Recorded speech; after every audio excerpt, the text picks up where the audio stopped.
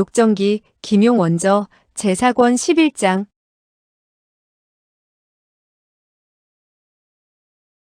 10일. 비석에 새겨진 문자. 그는 쌍아가 뒤따라오고 있으면 자기가 방이와 너무 다정하게 굴 수가 없으니 따라오지 않는 것이 차라리 낫다고 생각했다. 두 사람은 손을 잡은 채 숲속을 걸어갔고 꽃향기는 더욱더 짙어졌다. 위소보는 말했다.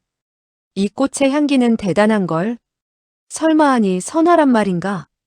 그리고 앞으로 몇 걸음 나아갔다. 그런데 갑자기 풀밭 속에서 삭삭거리는 소리가 들렸다. 곧이어 눈앞에 누런 그림자가 번뜩이는 가운데 7~8마리의 노란 바탕에 검은 점이 있는 독사들이 튀어나왔다. 어이쿠! 소리를 지르며 그는 방이를 잡고 몸을 돌려 되돌아 나오려고 했다. 그런데 한 걸음 내딛게 되었을 때 눈앞에 다시 7~8마리의 뱀이 길을 막는데 그 뱀들은 전신이 핏빛처럼 붉었고 기다란 혀를 날름거리며 슉슉하는 소리를 내고 있었다. 이 뱀들은 모두 세모꼴 머리를 하고 있는 것으로 보아 무서운 독을 품고 있는 것이 분명했다. 방이는 위소보의 앞을 막고 칼을 휘두르며 부르짖었다. 그대는 빨리 도망쳐요. 내가 독사를 막겠어요. 위소보는 그렇게 의리를 저버리고 혼자 도망칠 수 없다고 생각했다. 재빨리 비수를 뽑아들고는 말했다. 이쪽으로 갑시다.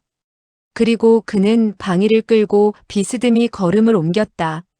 그런데 2걸음을 옮겼을까 말까 했을 때 목이 서늘해졌다. 한 마리 독사가 나무 위에 둥지를 틀고 있다가 아래로 지나가는 그를 보고 내려와 덥석 그의 목을 감아버린 것이다. 이렇게 되자 그는 혼비백산에서 큰 소리로 부르짖었다. 방이는 재빨리 손으로 그 뱀을 떼어내려고 했다. 위소보는 부르짖었다. 안 돼요. 그런데 그 뱀은 고개를 돌리더니 대뜸 방이의 손가락을 물고서 놓아주지 않았다. 위소보는 급히 비수를 휘둘러 뱀을 2토막 냈다. 바로 이때였다. 두 사람의 발과 다리에 독사들이 칭칭 감아들었다. 위소보는 비수를 휘둘러 독사들을 베려고 했다. 그 순간 왼쪽 다리가 마비되었다. 어느덧 독사에게 물린 것이었다. 방이는 칼을 던지고 그를 얼싸안고는 울부짖었다. 우리 부부가 오늘 이곳에서 죽게 되었군요. 위소보는 비수의 예리함을 믿었다. 그리하여 비수를 휘둘러 한 마리의 독사를 다시 2토막 냈다. 그러나 숲속의 독사들은 점점 더 많이 모여들었다. 두 사람이 허둥지둥 숲속에서 빠져나오게 되었을 때 몸에는 이미 독사들에게 7~8군데를 물린 이후였다. 위소보는 그저 머리가 어지러웠고 정신이 아득해졌다. 그리고 저 멀리 한 척의 조그만 배가 큰 배 쪽으로 저어가고 있는 것이 보였다. 그러나 간격이 너무 멀었다. 방이가 몇 번 불렀으나 배에 타고 있는 사공들은 듣지 못한 모양이었다. 방이는 위소보의 바짓가랑이를 걷어올리고 몸을 구부려서는 그의 다리에서 뱀에게 물린 곳의 독을 빨아내려고 했다. 위소보는 놀라 부르짖었다. 안 돼요. 돌연등 뒤에서 발걸음 소리가 들렸다. 그리고 누군가가 입을 열었다. 그대들은 뭐하러 이곳에 왔지? 죽음이 두렵지 않은가? 위소보는 고개를 돌려 바라보았다. 3명의 중년 사내가 그곳에 서 있었다. 그는 황망히 부르짖었다. 아저씨, 목숨을 살려주시오. 우리들은 뱀에게 물렸소이다. 한 명의 사내가 품속에서 약을 꺼내더니 입안에 넣고 질경질경 씹었다. 그러고는 그 씹은 약을 위소보의 뱀에 물린 상처에 발라주었다. 위소보는 말했다. 그대는 먼저 그녀를 치료해 주시오. 이때 위소보의 2다리는 새까맣게 변해 있었으며 전혀 감각을 느낄 수가 없었다. 방이는 약을 받아들더니 스스로 상처에다 약을 발랐다. 위소보는 말했다. 누나. 그만 눈앞이 캄캄해지는 것을 느끼고 그는 털썩하니 뒤로 벌렁 쓰러지고 말았다. 정신을 차리게 되었을 때 그는 입안이 바짝 마른 것을 느꼈다. 그리고 가슴팍에도 격렬한 아픔을 느꼈다. 참을 수 없어 그는 신음소리를 내었다. 그러자 누군가가 입을 열었다. 이제 됐다. 정신을 차렸구나. 위소보는 천천히 눈을 떴다. 그러고 보니 한 사람이 약그릇을 들고 그의 입가로 가져왔다. 그 약은 매우 비릿했다. 그러나 그는 조금도 주저하지 않고 마셨다. 입안에 들어간 그 약은 매우 썼다. 약을 다 마신 이후 그는 입을 열었다. 아저씨, 목숨을 구해주셔서 고맙습니다. 저의 누나는 아무 일 없겠죠? 그 사람은 말했다. 다행히 일찍 구원해서 별일은 없소. 우리가 조금이라도 늦게 도착했더라면 두 사람은 목숨이 없어졌을 것이요. 그대들도 정말 대단하구려. 어쩌다가 이 신선도까지 오게 되었소? 위소보는 방이가 구원받았다는 말을 듣고 속으로 크게 기뻐했다. 그러고는 그저 고맙다는 인사말만을 하였다. 그런데 그때서야 자신이 침대 위의 이부자리 속에 눕혀져 있으며 전신의 옷이 벗겨진 상태임을 깨달을 수 있었다. 그런데 두 다리는 아직도 마비된 감이 있었다. 그 사내의 얼굴은 매우 추악했다. 그리고 온 얼굴 가득히 흉터가 있었다. 그러나 위소보가 볼 때 그 사내는 그야말로 목숨을 구해준 보살처럼 느껴졌다. 위소보는 한숨을 내쉬고는 말했다. 배의 사공이 이 섬에는 성과가 있어서 먹게 된다면 장생불로 한다고 말했소이다. 그 사내는 하하하고 웃었다. 만약 정말 성과가 있다면 그들 자신은 왜 따라오지 않았을까? 위소보는 부르짖었다. 어이쿠, 그 사공들이 좋지 않은 마음을 품고 있었구려. 배 뒤에는 또 한 명의 동료가 있었는데 혹시 나쁜 자의 술수에 말려든 것이 아니오? 아저씨, 방법을 강구해서 그녀를 구해주시구려. 그 추악한 사내는 말했다. 그 배는 사흘 전에 이미 떠났는데 어디로 가서 찾는단 말이오? 위소보는 이해할 수 없어 망연하게 말했다. 사흘 전이라고요? 그 추악한 사내는 말했다. 그대는 이미 정신을 잃은 지 사흘 낮 사흘 밤이 되었소. 아마 그대는 모르고 계시겠지. 위소보는 쌍아를 생각했다. 그녀는 무공이 지극히 고강한 편이나 넓고 넓은 바다에서 더군다나 홀몸으로 뭇악당들의 독수를 어떻게 벗어날 수 있겠는가? 하는 생각이 들자 그만 크게 마음이 초조해졌다. 그 추악한 사내는 위로의 말을 하였다. 지금은 조급하게 서둘러도 소용이 없소. 그대는 조섭이나 잘하도록 하시오. 이 섬의 독사들은 대단하오. 적어도 이래 동안 약을 먹어야 독을 해소시킬 수 있을 것이외다. 그는 위소보의 성명을 물었으며 자기의 성을 반이라 했다. 사흘째 되는 날 위소보는 몸을 일으켜서는 벽을 짚고 천천히 걸음을 옮길 수 있게 되었다. 그 방가라는 추악한 사내는 그를 데리고 방이를 보러 갔다. 원래 그녀는 따로 부녀자들이 돌보고 있었다. 그녀의 얼굴은 초췌해져 있었고 정신이 없어 보였다. 두 사람은 만나게 되자 기뻐하는 한편 괴로워하기도 했다. 따라서 자기들도 모르게 서로 껴안고 울음을 터뜨렸다. 이후 두 사람은 낮에는 한 방에서 지냈다. 독사의 무서움에 대해서 이야기하게 되었을 때 하나같이 머리카락과 솜털까지 곤두서는 것을 느낄 수 있었다. 엿새째 되는 날 그 방가가 말했다. 우리 섬의 의원인 육선생께서 바다로 나가셨다가 돌아오셨소이다. 나는 이미 위 형제를 돌봐달라고 그에게 부탁했소이다. 위소보는 고맙다고 인사를 했다. 얼마 후 한 사람이 들어왔는데 그 표정은 매우 부드러워 보였다. 그는 위소보가 독사에게 물린 경과를 물어본 후 말했다. 이 섬에 살고 있는 사람들은 몸에 웅황사약을 지니고 있기 때문에 독사를 몸에 놔두어도 그 독사는 즉시 도망을 칠 뿐 감히 사람을 해치지 못한답니다. 위소보는 말했다. 원래 그랬었군요. 그렇기 때문에 반형 등은 두려워하지 않았군요. 육선생은 그의 상처를 살펴보더니 6알의 알약을 꺼내서 말했다. 3알은 먹고 3알은 그대의 동료에게 주도록 하시오. 매일 하나씩 복용해야 하오.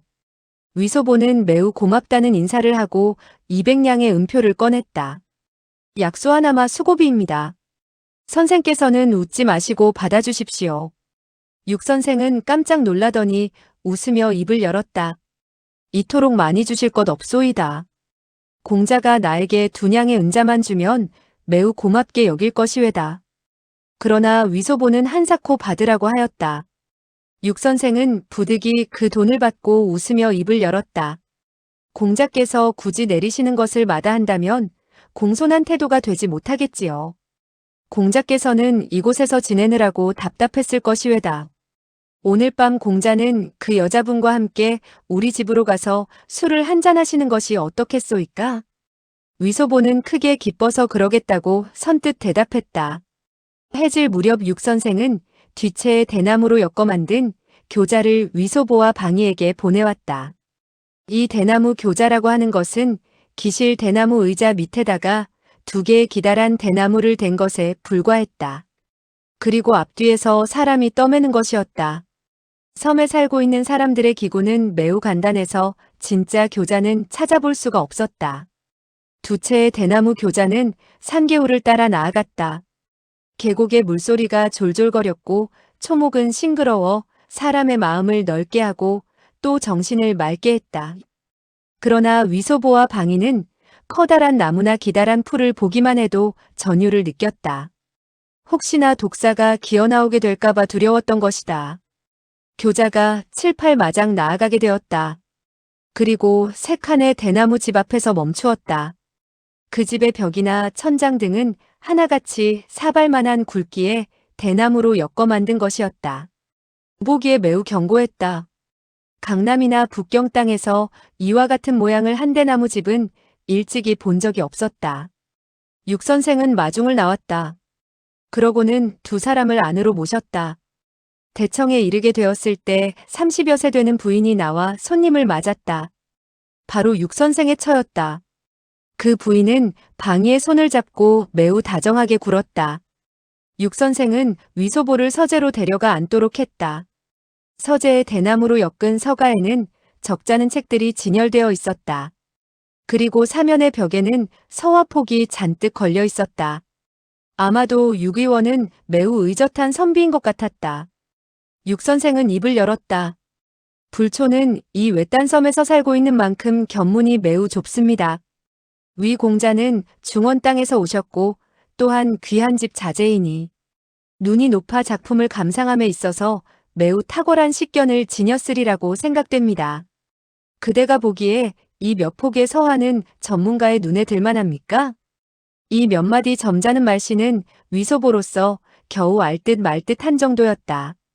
그러나 그가 벽에 서화폭을 손가락질하는 것을 보고 고개를 쳐들었다. 그러고 보니 한 폭의 그림은 산수화였다. 그리고 다른 한 장의 그림에는 백합과 한 마리의 거북이가 그려져 있었다.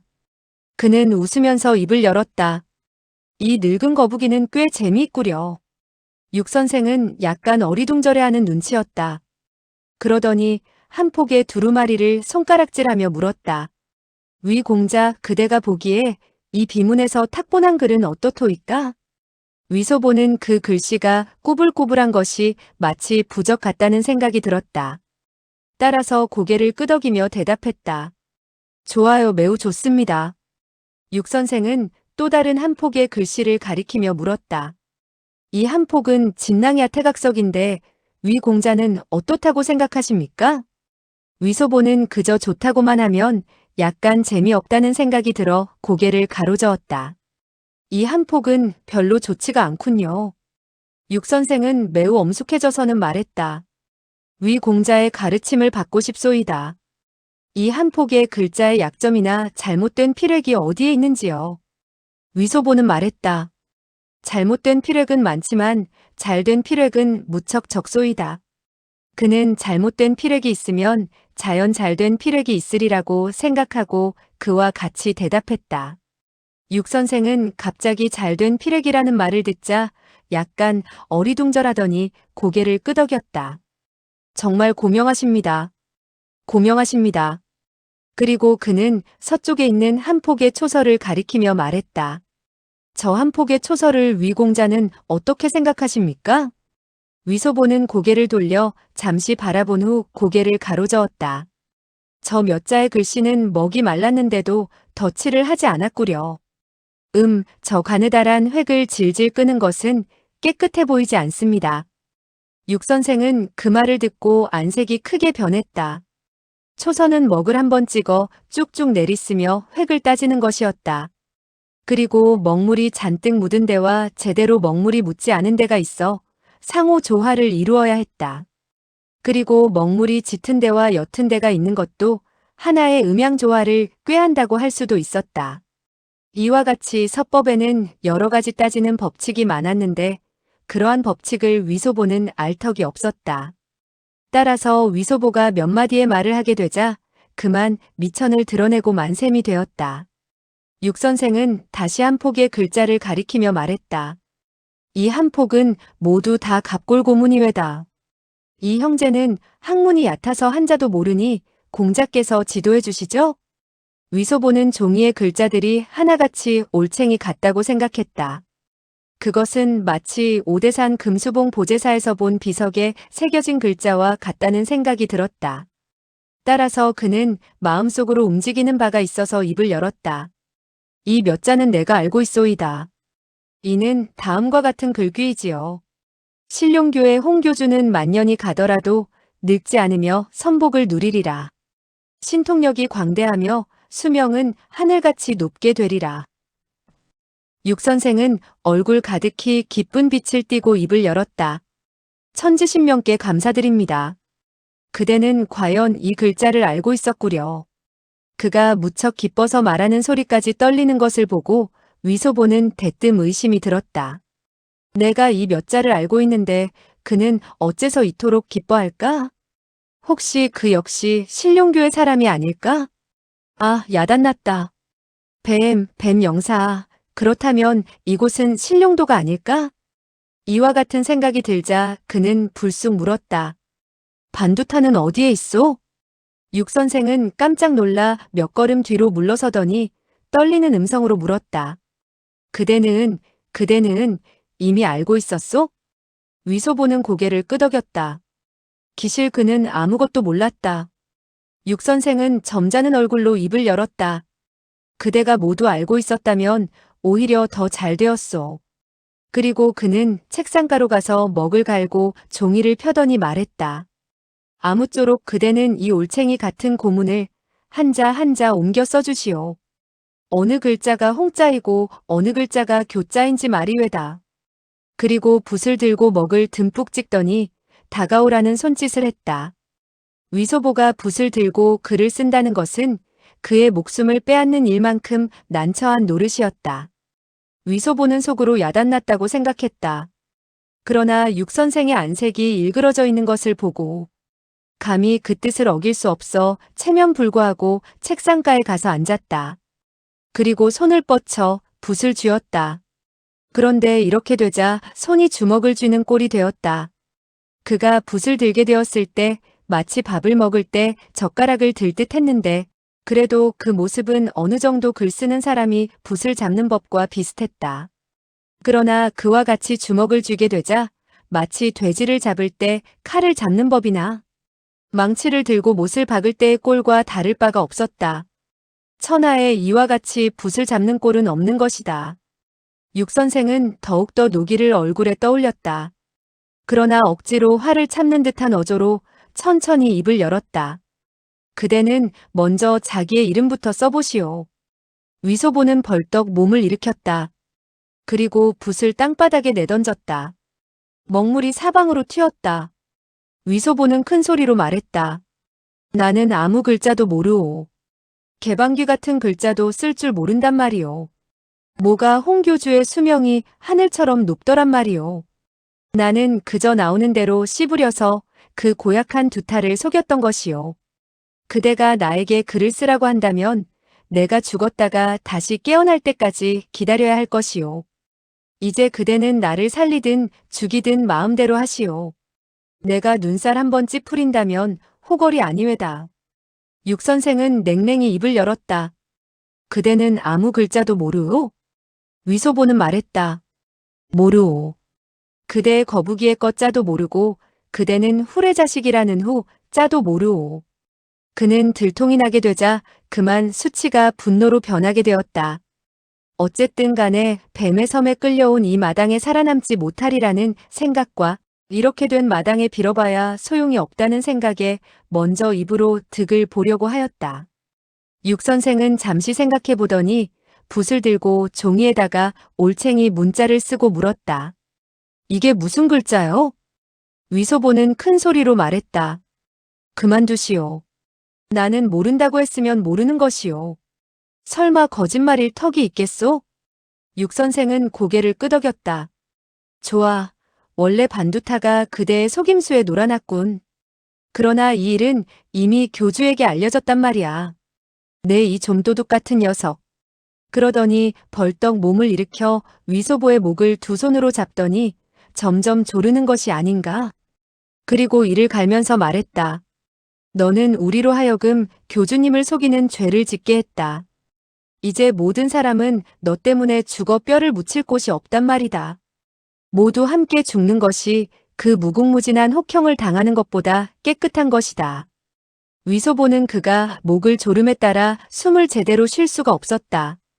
온 얼굴은 시뻘겋다 못해 새파래졌으며 혀를 내밀었다. 육 선생은 자기가 다시 손에 조금 더 힘을 쓰게 된다면 이 어린애가 죽어 살아남지 못하리라는 생각이 들었다. 그리고 이 일이 매우 중대하다는 사실을 상기한 그는 속으로 놀라 손을 떼어내고는 두 손으로 밀어버렸다. 그 바람에 위소보는 땅바닥에 나뒹굴었다. 육 선생은 그를 매섭게 한번 노려보더니 화가 난 태도로 방을 나가고 말았다. 한참 후에야 위소보는 놀람을 가까스로 진정시키고 몸을 일으킬 수 있었다. 후레자식이니 좀도둑이니 하는 욕을 수백 번이나 했다. 그러나 이 독사도에서는 도망갈 데도 없었다. 만약 수풀이나 숲속으로 몸을 숨겼다가는 더욱더 빨리 죽음을 당하게 될 뿐이었다.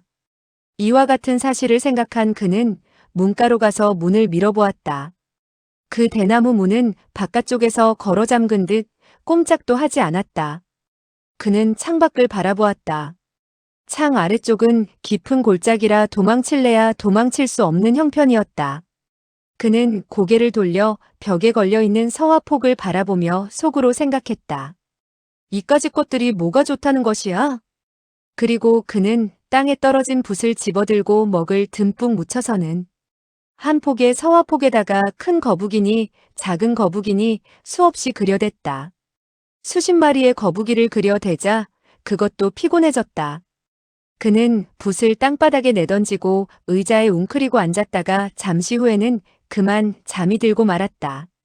잠에서 깨어났을 때 날은 이미 캄캄해져 있었는데 아무도 달려오는 기척이 없었다. 그리고 뱃속에서는 쪼르륵거리는 소리가 났다. 이 육가라는 늙은 자라가 나를 굶어 죽게 할 모양이군. 잠시 후 문 밖에서 발걸음 소리가 들려왔다. 문틈으로 등불빛이 새어들어왔다. 곧이어 대나무 문이 열리면서 육 선생이 촛불을 들고 방 안으로 들어왔다.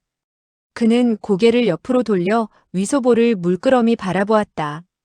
위소보는 그의 얼굴에 희노애락의 표정이 없는 것을 보고 속으로 더러 겁이 나는 것을 느꼈다. 육 선생은 촛대를 탁자 위에 놓더니 흘깃하니 벽에 걸려있는 서화폭들에 모조리 다 꼴 같지 않게 먹칠을 해놓은 사실을 발견하고 그만 미친 듯한 노기가 끌어올라 부르짖었다. 너는. 그리고 손을 쳐들고 내려치려고 했다. 그러나 그 손은 허공에서 주춤했으며 차마 내려치지를 못하는 모양이었다. 끝내 그는 노기를 참고 말했다. 너는. 그 소리는 목에 걸려서 제대로 나오지를 않았다. 위소보는 웃었다. 어떠시오? 내가 그린 것이 그럴싸하오? 육 선생은 길게 한숨을 내쉬며 맥없이 주저앉더니 말했다. 좋아, 잘 그렸어. 그가 때리려다가 그만두고 오히려 그림을 잘 그렸다고 하는 말에 위소보는 천만 뜻밖이었다. 그런데 그의 얼굴 표정은 처연하기 이를 데 없지 않은가. 마음속을 지극히 아파하는 것이 틀림없었다. 그와 같은 표정을 대하자 그는 약간 미안한 생각이 들어 입을 열었다. 육 선생, 미안합니다. 내가 당신의 그림을 마구 못쓰게 망가뜨렸군요. 육 선생은 고개를 가로저으며 입을 열었다. 괜 괜찮소.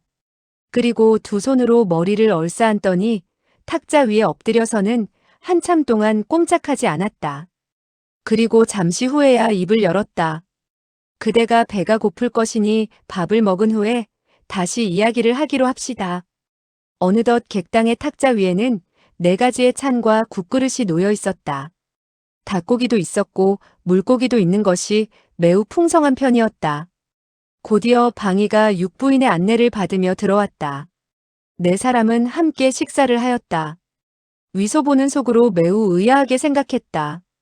혹시 내가 수십 마리의 자라를 그렸던 것이 좋았기 때문에 육 선생은 기뻐서 나에게 한턱 내는 것이 아닐까? 그러나 그는 어느 정도 자기 자신을 알고 있었다. 아무리 봐도 사정은 그런 것 같지 않았다. 몇 번이나 입을 열고 물어보려고 했으나 육 선생의 얼굴 표정이 어두웠다 밝아졌다 하는 것을 보고 혹시 그의 비위를 거스릴까봐 두려웠고 더군다나 밥을 배불리 먹지도 못했는데 밥그릇을 빼앗길까봐 물어볼 필요가 없다고 생각되었다. 그는 즉시 아무 소리도 하지 않고 그저 밥만 배불리 먹어치웠다. 식사가 끝나자 육 선생은 그를 데리고 다시 서재로 들어갔다. 육 선생은 땅바닥에서 붓을 들더니 종이에다가 위소보라는 3글자를 써서는 말했다. 이것이 그대의 이름이요. 그대는 쓸 줄 아시오? 위소보는 말했다. 그는 나를 알아보지만 나는 그를 알아볼 수 없소이다. 그런데 어떻게 쓴단 말이오? 육 선생은 음하더니 창밖을 바라보았다. 한참 동안 물끄러미 생각에 잠겨 있더니 왼손에 촛대를 들고 그 올챙이 글씨가 있는 곳 앞으로 다가섰다. 그리고는 자세히 살펴보았다. 그리고 손가락으로 글자 하나를 가리키면서 입으로 중얼중얼 무슨 소리를 뇌까렸다. 그러더니 책상 곁으로 다가와 한 장의 백지를 꺼내 펼치고는 글을 쓰기 시작했다. 그리고 손가락으로 올챙이 모양의 갑골문자의 자수를 헤아리더니 다시 자기가 종이에 쓴 글자 수를 헤아렸다. 그리고 다시 종이 위에 글자를 이렇게 고치고 저렇게 고쳤다. 그런 연후에 고개를 돌리고 다시 그 올챙이 모양의 글자를 보며 연신 중얼중얼 혼잣말을 했다. 저 3글자가 같으니 이 2글자도 마찬가지여야만이 전혀 빈틈이 없게 되고 사리에 맞는 일이 아니겠는가. 한참 동안 생각하고 그는 다시 종이 위에 글씨를 이리저리 고치더니 한참 후에야 기쁜 듯 말했다. 됐다. 위소보는 그가 무슨 수작을 부리고 있는지 알 수가 없었다. 어쨌든 배불리 밥을 먹었다 싶어서 아랑곳하지 않았다. 이때 육 선생은 다시 한 장의 백지를 펴놓고 열심히 글을 쓰기 시작했다. 이번에 그는 글씨를 느리게 썼다. 다 쓴 후에 고개를 흔들거리며 나직이 읽었다. 위소보는 신룡교니, 홍교주니, 수명이 하늘처럼 높다느니 등의 어구를 들을 수 있었다. 그리고 최후에는 제1권이 어느 곳 어느 산에 있고 제2권이 어느 곳 어느 산에 있다는 글을 읽었다. 이제서야 그는 확연히 깨달을 수 있었다. 그와 같은 말은 자신이 보제사에서 반두타에게 나오는 대로 짓거렸던 말이 아니었던가? 그런데 반두타는 그 말을 정말로 믿고 돌아와 크게 소문을 낸 모양이라는 생각이 들었다. 그는 속으로 생각했다. 그날 반두타는 나에게 한사코 신룡교로 와서는 홍 교주를 만나자고 했는데 나는 막무가내로 싫다고 했다. 그런데 그야말로 공교롭게도 우리가 탄 배가 다시 이곳으로 들이닥치게 되었으니 모든 것이 들통이 나지 않을 수 없게 되었고 홍 교주도 이미 알고 있는 모양이야. 그렇게 된다면 그는 크게 화를 낼 것이고 어쩌면 방이 누나와 나를 뱀 구덩이에 던져 수천 수만 마리의 독사들이 뼈도 남지 않도록 먹어치울지도 모른다. 억수로 많은 독사들이 몸을 칭칭 감는 생각을 하자 소름이 쪽쪽 끼치는 것 같았다. 육 선생은 몸을 돌리더니 얼굴에 의기양양한 미소를 띠고 말했다. 위 공자, 그대가 비석의 갑골문자를 안다는 것은 실로 기쁘고도 축하할 일이외다. 또한 본교 홍 교주의 하늘에 닿을 만큼 큰 복이로소이다. 그렇기 때문에 하늘은 그대와 같은 신동을 내려 갑골문을 이해할 수 있게 했소이다. 위소 보는 속으로 생각했다. 조롱하지 마시오. 내가 무슨 올챙이 글을 알고 개구리 글을 안단 말이오. 나는 올챙이 글은커녕 두꺼비의 글자도 모르오. 내가 막무가내로 거짓말을 한 것은 그 비쩍 마른 못된 두타를 속이자는 것이었소. 육 선생은 웃었다. 위 공자, 너무 겸손해할 것 없소이다. 이것은 공자가 암송한 비석에 새겨져 있던 글이외다. 내가 한번 베껴 쓴 것이니 혹시 잘못되지 않았는지 공자께서 가르침을 주시오. 그리고 그는 읽기 시작했다. 대당나라 정관 2년 10월 갑자일 특별히 위국공 이정, 우령군대 장군 숙국공 정지절, 광록대부 병부상서 조국공 이훈, 서주도독 호국공 진숙보로 하여금 오대산 금수봉에서 회합을 가지게 한 바, 이때 동력 하늘에 눈부신 붉은 빛이 빛나더니 말대만한 금빛 글자가 구름가에 드러나더라. 그 글은 다음과 같더라. 천년 이전 뒤 대청나라가 세워지리라. 동쪽에 섬이 있어 이름은 신룡이라 하더라. 교주 홍모는 천은을 받은 몸이더라. 위엄과 연기를 함께 받으니 위세와 능력이 놀랍더라. 묘마를 항복받으니 그의 존재는 떠오르는 해와 같더라. 아래 사람들이 보좌하여 옛것을 물리치고 새것을 채용하더라. 줄기줄기 뻗은 상서로운 기운은 온 누리에 뻗치더라. 신복을 영원히 누릴 것이며 온 세상이 통틀어 존경할 것이니라. 수명은 하늘처럼 높다랗고 문무에 뛰어날 뿐만 아니라 인자하고 거룩하더라. 곧이어 하늘가에는 푸른 글자가 다시 나타났는데 그 글은 다음과 같더라. 하늘은 홍모에게 42장경 8권을 내리노라.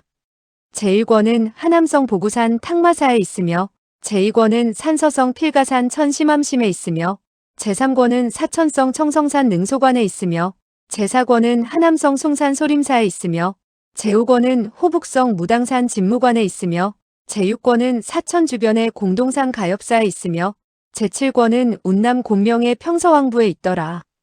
이정 등은 삼가 하늘이 내린 글을 베껴서 비석에 조각하여 후세 사람에게 전하노라. 육 선생은 높고 낮게 억양을 길게 빼가며 다 읽고 나더니 물었다. 잘못 읽지 않았소? 위소보는 말했다. 이것은 당나라의 비석인데 어떻게 후세에 평서왕 오삼계가 있다는 것을 안단 말이오? 육 선생은 말했다. 상제께서는 총명하고 지혜로워 모르는 것이 없소이다. 후세에 홍교주가 있다는 것을 아는 이상 자연 오삼계가 있다는 것을 알 것이 아니겠소? 위소보는 속으로 우스운 것을 느끼고 고개를 끄덕였다. 그 말에도 일리가 있어. 그러나 속으로 생각했다. 도대체 당신이 무슨 수작을 부리고 있는지 모르겠군. 육 선생은 말했다. 이 비석의 글자를 한자라도 잘못 읽어서는 안 돼요. 위 공자가 천부적인 총명함을 지니고 있지만 내가 볼 때 그것은 성령이 감동하여 이 올챙이 글자를 알도록 해주었다고 생각하오. 이후 창졸지간에 잘못 착오를 일으킬 수도 있을 것이요. 그러니 위 공자가 이 한편의 비석에 새겨진 글을 외워두는 것이 제일 좋겠소. 그리하여 홍 교주께서 부르실 적에 물 흐르듯 외운다면 홍 교주는 기뻐서 자연 크게 상을 내릴 것이 아니겠소. 위소보는 두 눈을 번뜩거리는 그 순간 확연히 깨달을 수 있었다. 그리고 연신 고개를 끄덕이며 말했다. 원래 그랬었구려. 원래 그랬었구려. 반두타와 육 선생은 홍 교주에게 어떤 어린애가 비석의 문자를 알아보았다고 말씀드렸던 것이 분명했다. 이에 홍 교주는 반드시 불러서 물어보겠노라고 한 모양이었다. 헌데 알고 보니 모든 것이 가짜가 아닌가. 육 선생은 혹시 교주가 탓할까봐 거짓으로 비석의 글을 만들어서는 교주를 속이려는 것이 틀림없다는 것을 깨달았다. 이때 육 선생이 말했다. 내가 한마디를 읽을 터이니 위 공자는 따라서 읽도록 하시오. 어쨌든 간에 한자도 틀리지 않도록 해야 하오이다. 대당나라 정관 2년 10월 갑자. 사태가 이 지경에 이른 이상 위소보가 읽지 않으려 해도 어찌할 수가 없었다. 더군다나 함께 공모를 해서 홍 교주를 우롱하는 일은 퍽이나 재미있을 것 같아 따라 읽었다. 그는 본래 눈치가 빠르고 머리가 잘 돌아갔다. 수백자가 되는 말들을 한 번 들은 이후 다시 옮겨 외는 데는 전혀 힘들지 않았다. 그러나 책을 읽으려면 그야말로 그의 목숨을 빼앗는 것과 같았다. 이 짧은 글은 수백자에 불과했으나 모든 귀절들이 위소보에게는 난잡하기 그지없었고 그 뜻을 전혀 알 도리가 없었다. 그저 육 선생이 한 번 또 한 번 읽어내려가는 것에 따라 읽을 수밖에 없었다. 다행히도 육 선생은 조금도 귀찮게 여기지 않고 가르쳐 주었다. 결국 30여 번을 읽은 후에야 한자도 틀림없이 외울 수 있게 되었다. 이날 밤 그는 육 선생의 집에서 자게 되었다. 이튿날 그는 다시 외웠다. 육 선생은 그가 모조리 기억하고 있는 것을 보고 무척 기뻐했다. 그러더니 종이와 붓을 꺼내서는 한자 한자 올챙이 글자를 썼다. 그리고는 그에게 알아보도록 가르쳤다. 어느 것이 당자이고 어느 것이 정관할 때의 정자인지를 가르치는 것이었다. 이렇게 되자 위소보로서는 속으로 야단났다고 생각하지 않을 수 없었다. 본래 이 올챙이 글은 비뚤비뚤한 것이 그 모양이 비슷해서 하나하나 분별하고 또한 써낸다는 것은 하늘에 오르는 것보다 힘들었으며 죽는 것보다 더 고통스러웠다. 더군다나 그는 잠시도 앉아있지 못하는 성미인데 어찌 마음을 안정시키고 올챙이 글을 배울 수 있겠는가? 위소보가 울상을 지었기 때문에 육 선생 역시 불안스럽게 여겼다. 육 선생은 이때 그 비석의 문장이 또 다른 뜻을 가지고 있다는 것을 이미 알고 있었다. 그러나 그는 반두타가 탁 보내온 자수를 헤아려 보고는 달리 한 편의 문장을 만들어 억지로 끼워 맞춘 것이다. 그렇기 때문에 그저 자수가 같도록 만들어 이 글이 홍교주의 환심을 샀으면 하고 바랐을 뿐이지 원래 비석에 새겨져 있는 내용이 무엇인지 따질 겨를이 없었다. 그런데 그와 같이 억지로 맞추고 보니 틀리는 점이 한두 가지가 아니었다. 대당나라 정관 2년 할 때 이 자는 바로 6번째에 놓여 있었으나 비석에 원래 새겨져 있는 6번째 글자의 획은 18획이나 되었다. 아무리 따져본다고 하더라도 18획이나 되는 글을 이 자로 읽는다는 것은 우격다짐이 아닐 수 없었다. 그리고 5번째 글자 정관할 때 관자에 해당하는 글은 3획밖에 되지 않아. 그야말로 억지로 꿰어 맞춘 것이 드러날 지경이었다. 그러나 동쪽을 살피면 서쪽이 무너지고 서쪽을 살피면 동쪽이 무너지는 꼴이었다. 육 선생이 아무리 재주가 좋다고 하더라도 창졸간에 전혀 빈틈없는 문장은 만들어낼 수는 없었다. 홍교주는 총명하기 이를 데 없기 때문에 이 가짜 문장으로는 10중 8구 홍교주의 눈을 속일 수 없을 것 같았다. 그러나 큰 화가 미치게 되었으니 부득불 억지로 끼워 맞추어 잠시라도 얼렁뚱땅 넘기자는 생각이었다. 따라서 이후 일어날 화근은 두고 보는 수밖에 없는 형편이었다. 이날 육 선생은 위소보에게 글자를 가르쳤는데 그 진전은 매우 느렸다. 정오 무렵이 되었을 때 겨우 4개의 올챙이 글을 쓸 수 있게 되었다. 다행히 올챙이 글은 본래 이상 야릇한 모양을 하고 있어서 위소보가 그리듯 쓴 글은 보기 흉측하기 이를 데 없었지만 그렇게 눈에 거슬리는 편은 아니었다. 그러나 만약 정자로 쓴다면 한 번도 글을 써보지 못한 어린애가 쓴 것이라 그 누가 보더라도 진짜와 가짜가 즉시 드러나기 마련이었다. 그리고 오후에 석자를 배우고 저녁 무렵에는 2자를 익혔다. 그러니까 모두 9자를 익힌 것이다. 위소보는 끊임없이 떠들면서 몇 번이나 붓을 던지며 배우지 않겠다고 했다. 육 선생은 위협을 하기도 하고 달래기도 했다. 그리고 최후로는 방위로 하여금 옆에 앉아 지켜보도록 하자 위소보는 그제서야 겨우 참을성 있게 배워갔다. 육 선생은 한편으로는 가르치면서 한편으로는 은근히 걱정을 하고 있었다. 홍교주가 수시로 사람을 보내 부를지 모른다는 생각이 들었던 것이다. 만약 한 편의 문장을 완전하게 배우기 전에 교주에게 불려간다면 위소보의 머리가 달아나는 것은 뻔할 뿐만 아니라 자기와 자기의 전 가족도 함께 죽음을 당해야 할 판국이었다. 그러나 이번 일은 조금도 초조하게 서두를 수가 없었다. 위소보가 좀 더 빨리 배웠으면 하고 바라는 만큼 위소보는 오히려 배우는 것이 더 더디었다. 뇌리에 그저 집어넣다시피 한 그 많은 올챙이 글이 정말 그 뇌리 속에서 마구 몸부림이라도 치고 있는 양 정말 제대로 구분을 하지 못했다. 며칠을 배운 결과 위소보가 독사에게 물린 상처는 모두 다 낫게 되었으나 겨우 알 수 있게 된 올챙이 글은 2, 30자에 불과했다. 그것도 확실하지 못해 10자 가운데 종종 7, 8글자를 틀리는 것이었다. 육 선생이 정이 번뇌스럽게 생각하고 있을 때 홀연 문 밖에서 반두타의 소리가 들려왔다. 육 선생, 교주께서 위공자를 부르십니다. 육 선생은 그만 안색이 흑빛이 되어서 손을 부르르 떨었다. 그 바람에 먹물을 잔뜩 묻혔던 붓이 그의 앞석자락에 떨어지고 말았다. 곧이어 키가 무척 크고 지극히 마른 사람이 서재로 걸어 들어왔다. 바로 반두타였다. 위소보는 웃으며 입을 열었다. 반존자, 어째서 오늘에야 나를 보러 오는 것이오? 나는 그대를 기다린 지 오래되었소. 반두타는 육 선생의 안색을 보자 일이 잘못되었다는 것을 알고 위소보가 하는 말에 대답하지 않고 중얼거리듯 말하였다. 나는 마땅히 저 녀석이 터무니없는 소리를 짓거리고 있다는 것을 알아차려야 하는데 그만 욕심에 눈이 어두워 큰 공을 세워 자기 자신을 지키려고 했던 것이 오히려 더욱더 빨리 죽게 되었구려. 육 선생은 냉소했다. 그대는 기껏해야 혼자 몸이지만 이 육가는 8명의 식구가 모조리 그대를 따라 죽게 되었소. 반두타는 길게 한숨을 내쉬었다. 모두의 운명이 그러할지니 이것이야말로 애군이라 할 수밖에 더 있겠소? 설사 이 일이 아니라 하더라도 교주는 우리들로 하여금 며칠 더 살도록 해주리라는 보장은 없을 것이오. 육 선생은 위소보를 한번 바라보더니 입을 열었다. 이들과 같은 자들이 우리가 늙어서 마땅히 죽을 때가 왔다고 하니 또 별수가 있겠소? 그 어조에는 불평과 분노가 가득 차 있었다. 반두타는 한숨을 내쉬며 말했다.